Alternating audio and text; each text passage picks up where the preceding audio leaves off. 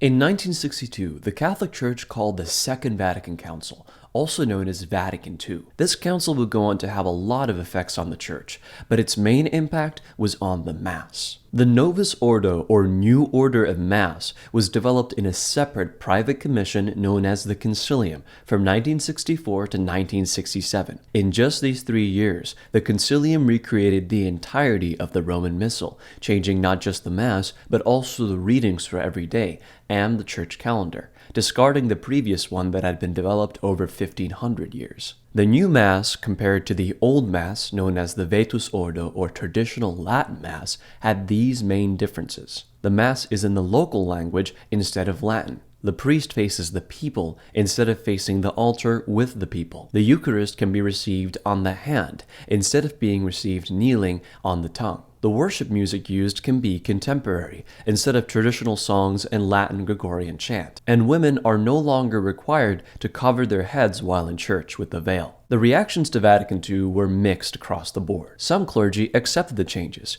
some accepted some of them but not all of them, and others even started to believe that the Pope was an impostor and not the Pope at all. This video will go over all the Catholic groups who are skeptical of Vatican II, or at least its implementation, known as the spirit of Vatican II.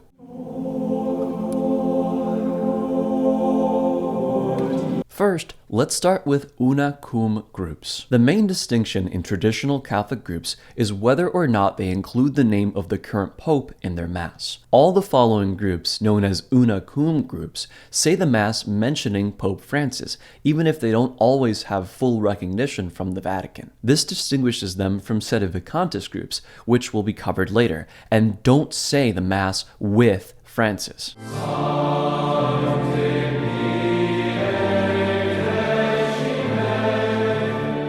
The Society of St. Pius X, or SSPX, is the largest traditional Catholic group by far, and most other major traditional groups originate from the SSPX in one way or another. It's a priestly fraternity founded in 1970 by Archbishop Marcel Lefebvre, who was previously the vicar of Dakar and superior general of another Catholic group known as the Holy Ghost Fathers. In 1988, Archbishop Lefebvre consecrated 4 new bishops to continue his society, causing controversy between the society and the Vatican. According to the Vatican, he was excommunicated because of his disobedience to the Pope by creating these bishops without formal permission. According to Archbishop Lefebvre, his declining health and lack of cooperation from Rome in setting up an adequate successor to him forced his hand in what he called Operation Survival. Lefebvre passed away in 1991, and the excommunication was later withdrawn in 2009 by Pope Benedict XVI.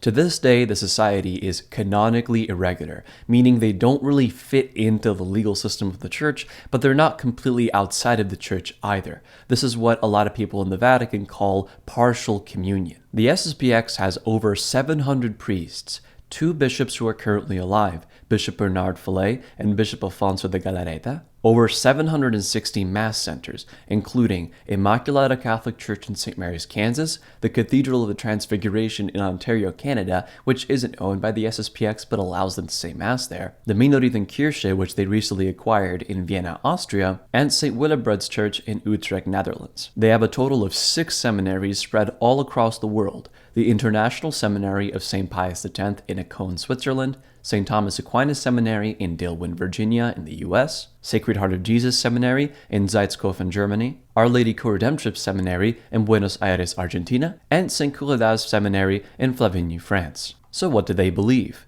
The SSPX accepts the current pope, but they reject Vatican II. Bishop Fillet once stated that they accept 95% of Vatican II, but they reject 3 main points: religious liberty, ecumenism, and collegiality. They accept the validity of the Novus Ordo, meaning they believe the Novus Ordo is a true Mass. However, they reject the viability of the Novus Ordo. What that basically means is if you go to an SSPX priest and ask him whether you should go to the Novus Ordo or not, he's probably going to tell you no. And they use only the 1962 Missal. Another little thing to note, the SSPX is the only major traditional group which has locations in pretty much all major areas, including missions to the Middle East, India, and parts of East Asia. Other groups are present in some of these areas, but none of them are present in all of them. It's also often the case that the society will establish a parish, and soon after there will be an FSSP or ICKSP parish established quite near it,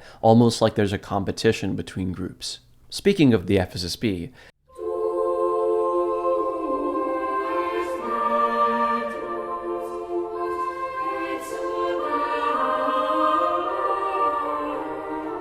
the FSSP, or Fraternitas Sacerdotalis Sancti Petri, or Priestly Fraternity of St. Peter, is a priestly fraternity founded in 1988 by 12 former priests of the SSPX, who broke away from Archbishop Lefebvre after he consecrated the 4 new bishops to continue his society. They viewed this as violating the Pope's authority, and this controversy led to the formation of what we know as the Ecclesia Dei communities, the FSSP being the largest. Unlike the SSPX, they'll often say Mass in churches that also celebrate the Novus Ordo, though they also run churches that only say the Latin Mass, which they call personal parishes. While the SSPX views the TLM, or Traditional Latin Mass, as the only true authentic Catholic Mass for the West, the FSSP views it more like an option or their specific charism, like what their priests are called to do, as opposed to what all priests should be doing. None of the Ecclesia Dei communities, including the ICKSP and IBP, have bishops per se,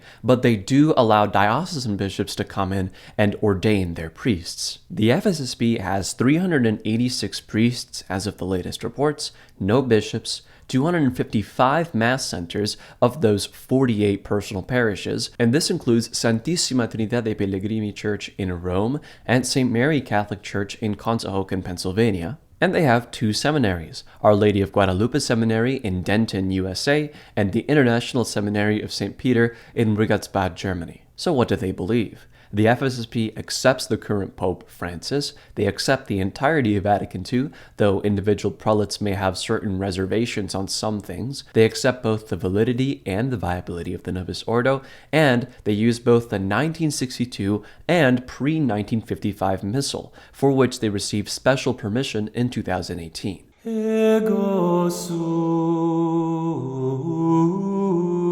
When I mention the Missal, what I'm referring to is the 2 main traditional Latin Mass Missals which are used today, the 1962 and the 1954 or pre-55 Missal. The 1962 Missal was created, in 1962 by Pope John XXIII, and there were some things in there which some traditional Catholics reject because they view them as modernizations. Even though the Missal is still for the traditional Latin Mass, it removed and changed some things in the Mass and in the calendar which people disagree with, especially during Holy Week. I'm not going to go too much into detail about it, but I do find it interesting that the SSPX, considered more extreme about its traditionalist stance, actually only uses the more modern Missal. Meanwhile, the ICKSP and FSSP, which are the more official, less extreme groups, are actually known to use both. Speaking of the ICKSP,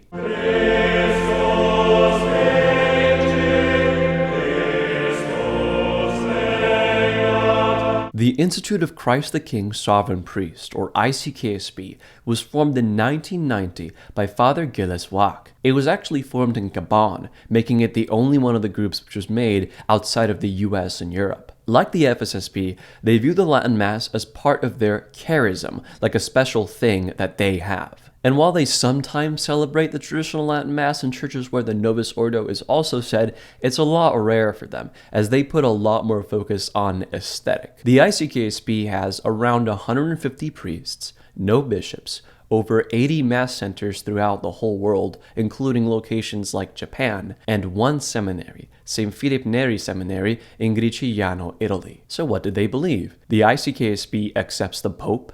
They accept Vatican II, the validity and the viability of the Novus Ordo, and they use both the 1962 and pre-55 missals. Just a small note, they're known for their distinctive light blue choir dress, which they adopted in 2006, which is inspired by their complete dedication to the Blessed Virgin Mary. This is what makes them most visually striking, and you know it's an ICKSP Mass if you see them wearing their light blue dress.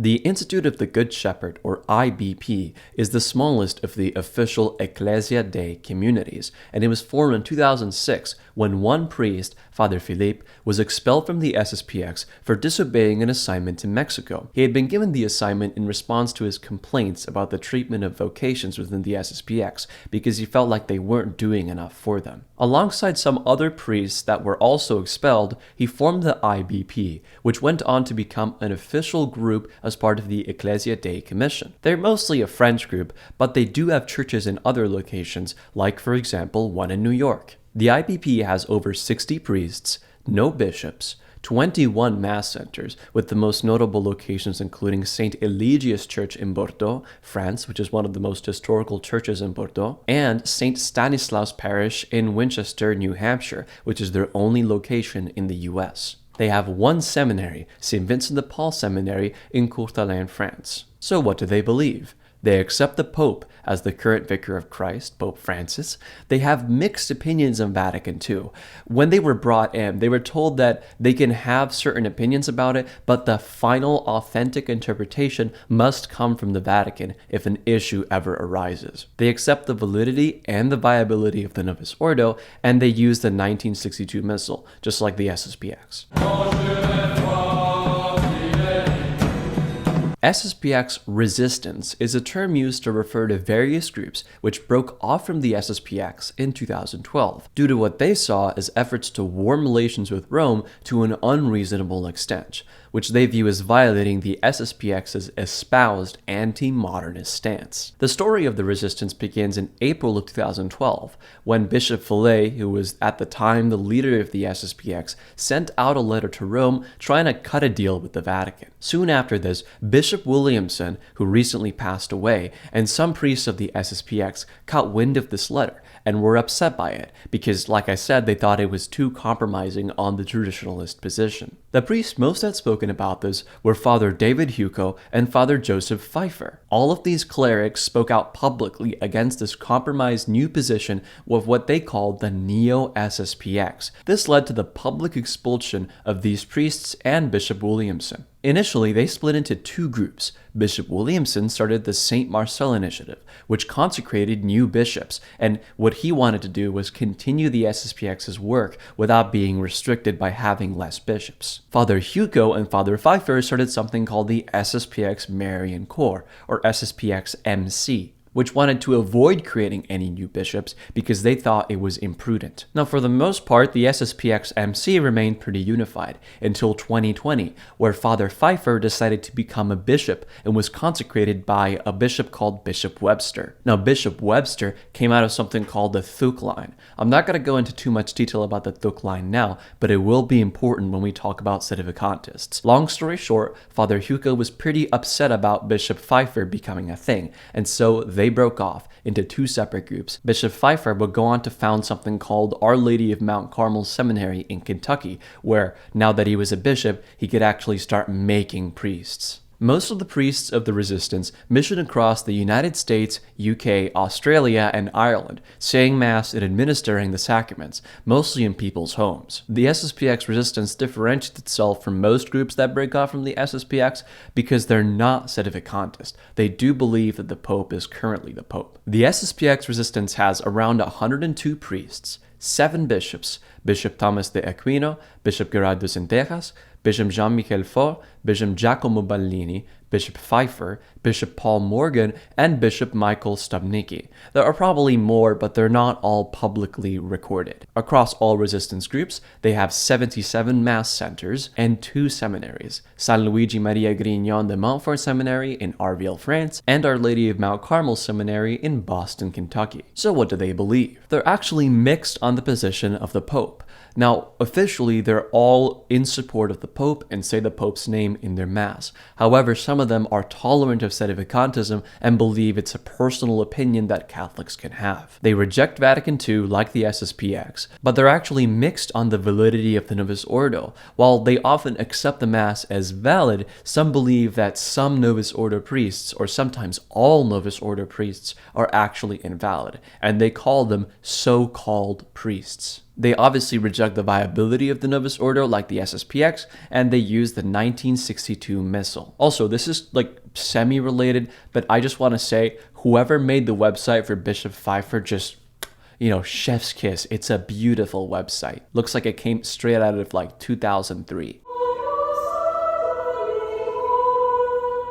Alright, so now that we're done with the Una-Cum groups, we're going to talk about Sedevacantist groups. All Sedevacantist groups reject the current Roman pontiff. That is perhaps the biggest difference between them and other traditional Catholic groups, that they don't pray for the Pope in their Mass. Most Sedevacantist groups are against even going to an Una-Cum Mass, like the SSPX or FSSP, because they believe that saying the name of the Pope makes the Mass illicit. Now, there is one major distinction in Sedevacantist groups. There are plain Sedevacantists who believe there is no current Pope and that the See of Peter is completely vacant, hence the name, and there are Sedeprivationists, which, as the name implies, believe that the Pope is the Pope, but in name alone. Sedeprivationists follow something called the Thesis of ICKSP. I probably pronounced that wrong.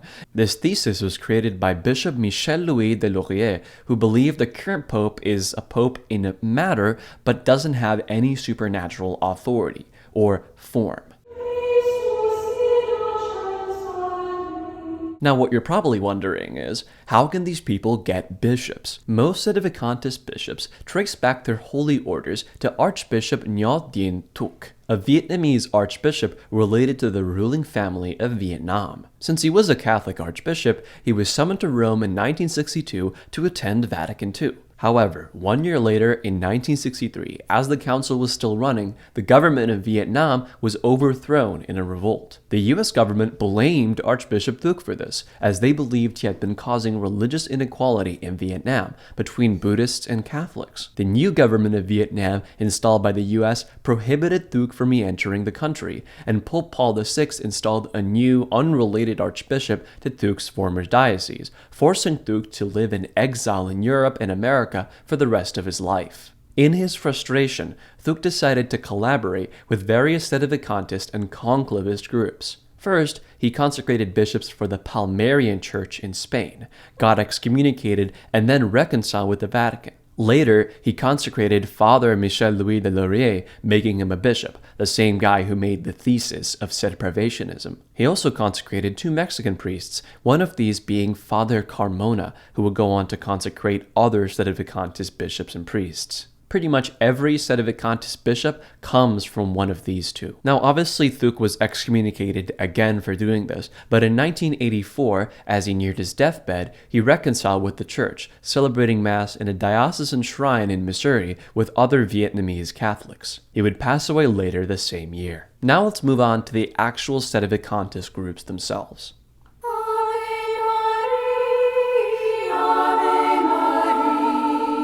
The CMRI, or Congregatio Mariae Reginae Immaculatae, was founded by Francis Shoutout, a layman who was part of a lay Catholic organization named the Blue Army of Fatima. After Vatican II, he publicly rejected the council and started giving speeches about the changes in the new Mass, saying that the Pope was not really the Pope. Around the same time, Shoutout became a Third Order Carmelite, technically making him a brother. He was dismissed from the Blue Army for his opinions about Sedevacantism and started a small breakoff group known as the Mary Immaculate Queen Center in 1967. Now, weirdly enough, he actually received the approval from the Diocese of Boise, Idaho, to make this an official religious congregation of brothers and sisters, which he called the Fatima Crusaders in 1969. My theory is that bishops just kind of looked at the document for a couple of seconds and signed it off without realizing that Francis actually was against the current pope. Now, he then incorporated this group into an even larger organization, which he called the Tridentine Latin Rite Church, or TRLC,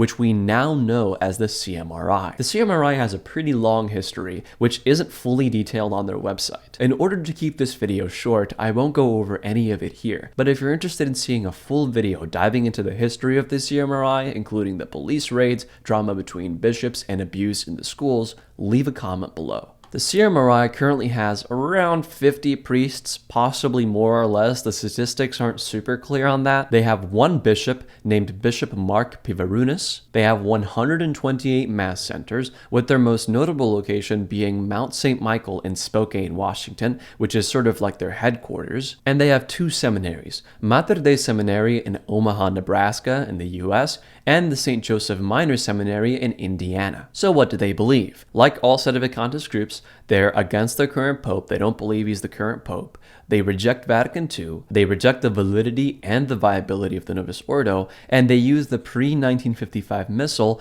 but weirdly enough, the post-1955 Holy Week. This is because the post-1955 Holy Week was made by Pope Pius XII, which they believe was a valid pope. Perhaps one of the most notable contributions of the CMRI is the singing nuns, which, as the name implies, is a bunch of nuns who sing songs and record them and upload them online, and also sell CDs and all that kind of stuff. So if you've listened to some traditional Catholic music before, it's likely that it actually came from these Sedevacantist nuns from Washington.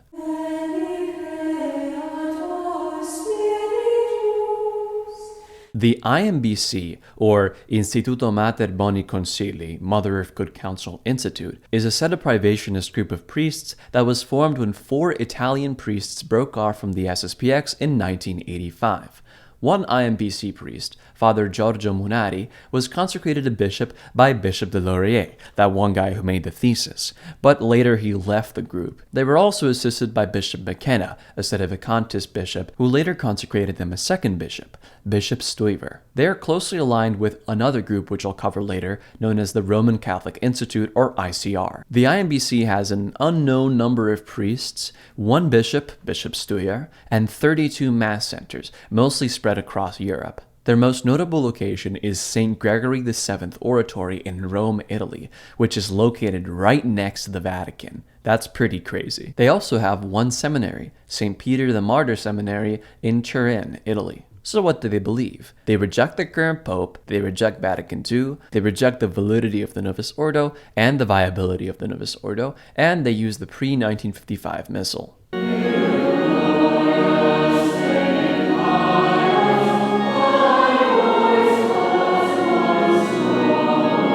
The SSSP, or Society of St. Pius V, was formed in 1983 when Archbishop Marcel Lefebvre expelled 4 priests named Clarence Kelly, Daniel Dolan, Anthony Cicada, and Eugene Barry from the SSPX. In addition, 5 other priests left voluntarily alongside these, forming the 9. One of these was Donald Sandford, who will become important a little later. Initially, the reason they had been expelled from the SSPX was because they wouldn't accept Lefebvre's use of the 1962 Missal. The group would later adopt the Sedevacantist and Sedeprivationist position, however, which they viewed as a natural conclusion. In 1993, Clarence Kelly was consecrated a bishop by a retired Puerto Rican bishop known as Bishop Alfredo.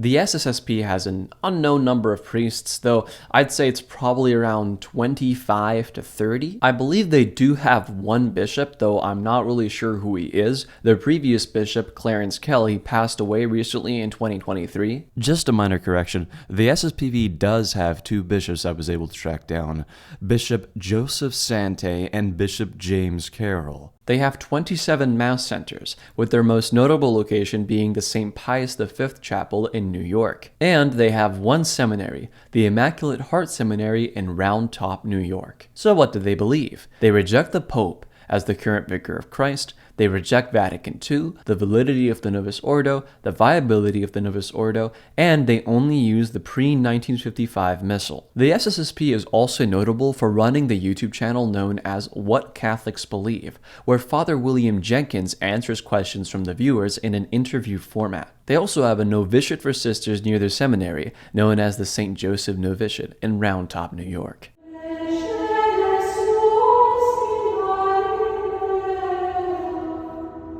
The ICR, or Institutum Catholicum Romanum, Roman Catholic Institute, was formed by former SSPX and SSPV priest Donald Sanborn, the one I mentioned earlier, who split from the SSPV around 1984. Now, it's important to note that with most Sedevacantist splits, most of the time, the bishops and the priests will still collaborate with each other even though they split. It's more of a management decision than really a beliefs decision. Bishop Daniel Dolan initially helped with the consecrations for this new group, but Sanborn was later consecrated to bishop by Bishop McKenna, who himself was consecrated by Bishop de Laurier, who I mentioned earlier, from the Thuc line. Like the SSPV and the CMRI, they have their own schools, like Queen of All Saints Academy in Brooksville, Florida. The ICR has an unknown number of priests. They have 3 bishops, Bishop Donald J. Sanborn, Bishop Joseph Selway, and Bishop Germain Fleece. They have 25 mass centers, with their most notable locations being Queen of All Saints Chapel in Brooksville, Florida,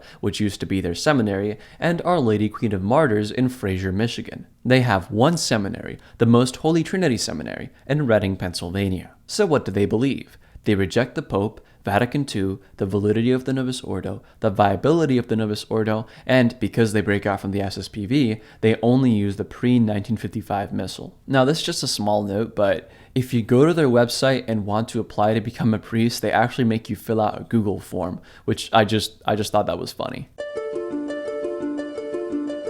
The Most Holy Family Monastery, also known by the name of their website, VaticanCatholic.com, is a Benedictine community founded by Brother Joseph Natale in the 1960s in Pennsylvania, though it's now located in Fillmore, New York. While not initially Sedevacantist for a while, it adopted the position around 1996, where Brother Michael denounced John Paul II as an anti-pope. The monastery is now headed by Brother Michael Diamond, who converted to the faith from atheism at 15 years old. Michael's brother, Brother Peter Diamond, is the main architect of the Vatican Catholic YouTube channel, which is what the monastery is most known for. It is unknown exactly which priests are associated with Most Holy Family Monastery. However, they have stated on multiple occasions that they can get people in contact with priests to provide them with sacraments if needed. In addition, videos from their new monastery shows what seemed to be some kind of altar and tabernacle. Most Holy Family Monastery advocates for something called stay-at-home Sedevacantism,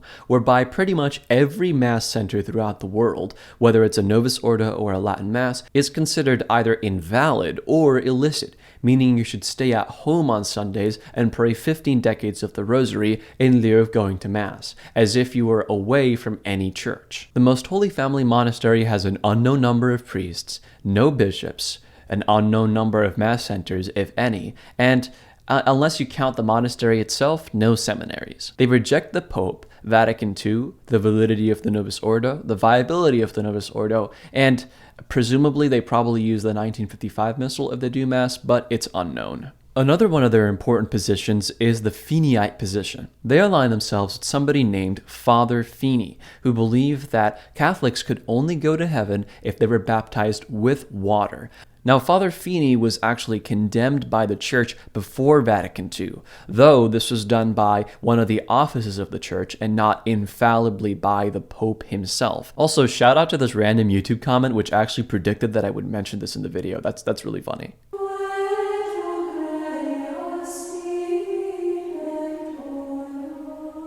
An honorable mention here is the Old Catholic Church. The Old Catholic Church refers to a group of churches that rejected Vatican I, which is the council which happened before Vatican II. Vatican I spelled out something called papal infallibility, meaning that under very specific circumstances, in union with the church and speaking as the head of the universal church, the Pope could speak infallibly. Some bishops rejected this and broke off from the Catholic Church, most notably bishops in Utrecht, Netherlands.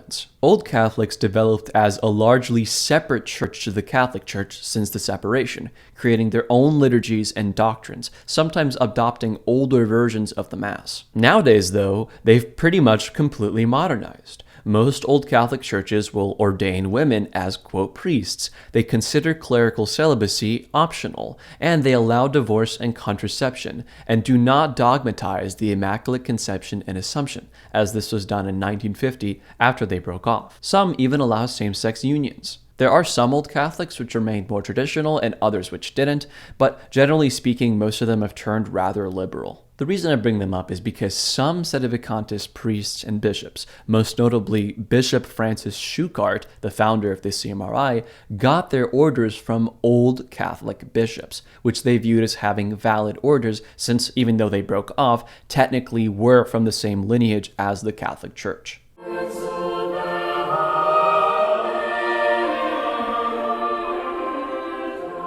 Alright, so here's the final section of the video, Conclavist Groups. The Conclavists take it upon themselves to elect their own pope.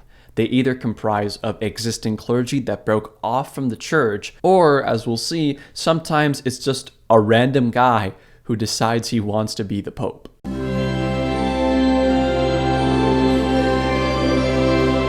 The Palmarian Catholic Church is a separate church that claims to have their own pope, their current pontiff being Pope Peter III. The Palmarian Church believes that there were some visions in El Palmar de Troya in Spain, which included Christ telling them that the Pope would now reside in Spain rather than in Italy. This resulted in them building a huge cathedral in El Palmar de Troya, over where the apparitions supposedly occurred. They would also go on to modify the Mass. They actually have their own special Missal of Mass, where their Mass can be said in 20 minutes or less. It's like a shortened version of the Mass. They attribute this to a vision of Saint Pope Pius V, who created the Tridentine Missal and codified it. And he apparently told the Palmarian Pope that he was wrong to use the longer Missal and that they could start cutting some stuff from the Mass. The Palmarian Church has really an unknown number of priests, but it's generally accepted that they have around less than 100 priests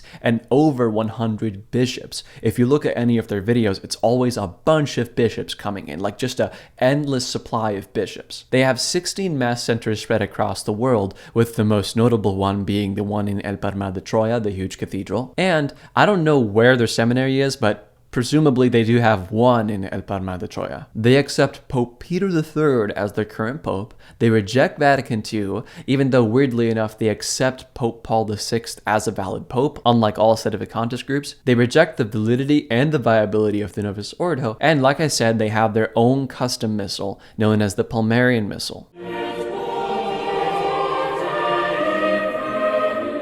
Finally, we have independent Catholics. Now, some of them are conclavist, which means they elect their own pope. There's been a few of these in the history of the church, but the most notable one was Pope Michael. His name was David Bodden, and he was an SSPX seminarian who went on to leave the seminary and went to live in St. Mary's, Kansas, where a lot of SSPX priests and parishioners actually live. In 1990, Bodden decided that he wanted to see if he could become pope, and he invited lots of Sedevacantist bishops and priests to his house. Kind of like a sad kid on their birthday party, literally none of his friends showed up, and he held the election anyways, with his parents and some relatives, and they elected him as Pope Michael. Pope Michael passed away in 2022, only to be succeeded by Pope Michael II, Rogelio Martinez, who was a Filipino Sedevacantist who used to be an independent Catholic priest.